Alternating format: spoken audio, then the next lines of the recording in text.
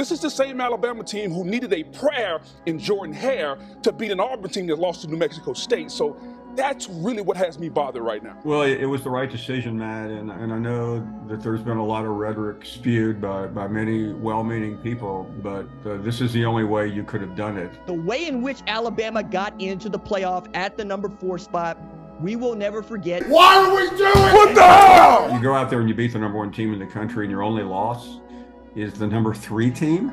I don't know how they could have done anything else. The college football playoff is a television product to get everybody on New Year's Day to sit around and watch close games that are going to be very competitive with big brands. Then yeah. The system stinks, is the point. The system is dead wrong. I have a huge problem with it, Skip. I have a huge problem with it. To me, this is a travesty to the sport. All their goals are still in front of them. This team had no business being here. Against all odds, a team that was considered by many to be dead in the water after losing to Texas are now the 2023 SEC champions. 4 teams are left, and Bama is one of them.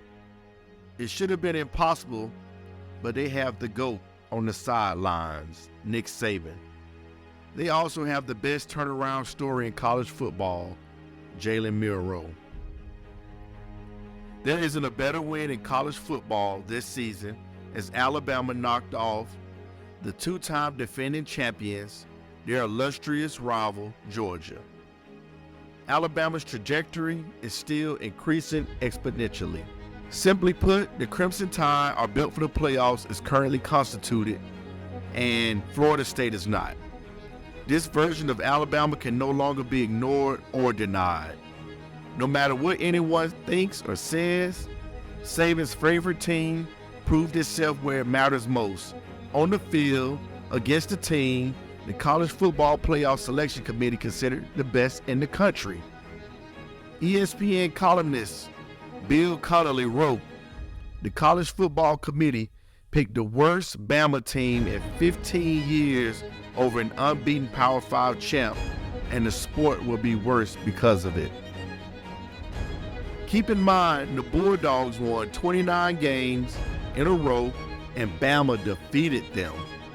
Alabama held the reigning champs to its lowest offensive output of the season, 321 yards. Against Ole Miss and Georgia Tech, Georgia rushed for 300 and 262 yards, respectively, but against Bama, they can only muster 78 yards. We need to give Saban his flowers. He has put together his finest season as a coach, and a lot of that has to do with quarterback Jalen Milroe, who's still an unfinished product, but clearly one of the best quarterbacks in the country. Alabama is back, and what we once thought was the end of a dynasty now feels like a college football resurrection. This team encountered more adversity than any of Saban's previous teams and were in a 1-game playoff every game since their loss to Texas. Since South Florida, Milroe has accounted for 28 touchdowns and turned the ball over just 5 times and leading the Crimson Tide to 11 straight wins. His ability to scramble for big gains and buy time in the pocket make him extremely difficult for any defense.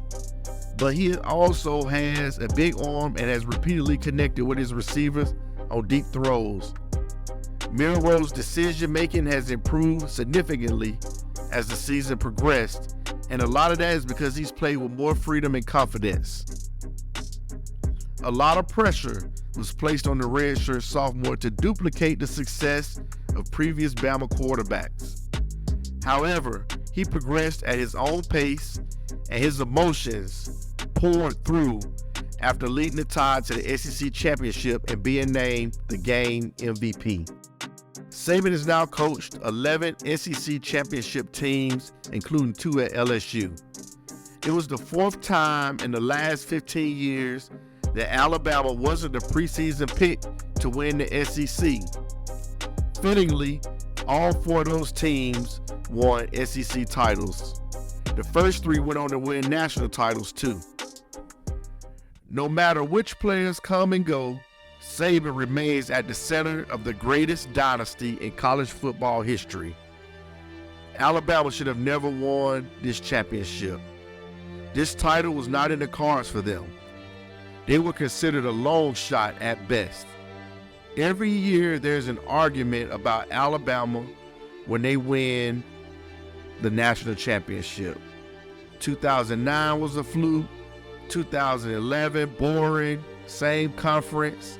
2012, against Notre Dame, come on. But Alabama just keeps winning in 2015, 2018, 2020. When looking at active coaches, you wonder who can catch Saban? The answer is none of them. And the answer will always be none of them. Now the Crimson Tide has a chance to win it all again, and no doubt they will be vilified because of the Florida State exclusion. The Crimson Tide are currently a 2-point underdog to Michigan. Just because we've never seen an Alabama contender quite like this, that doesn't make this team any less deserving of greatness. Just win, baby, and roll Tide.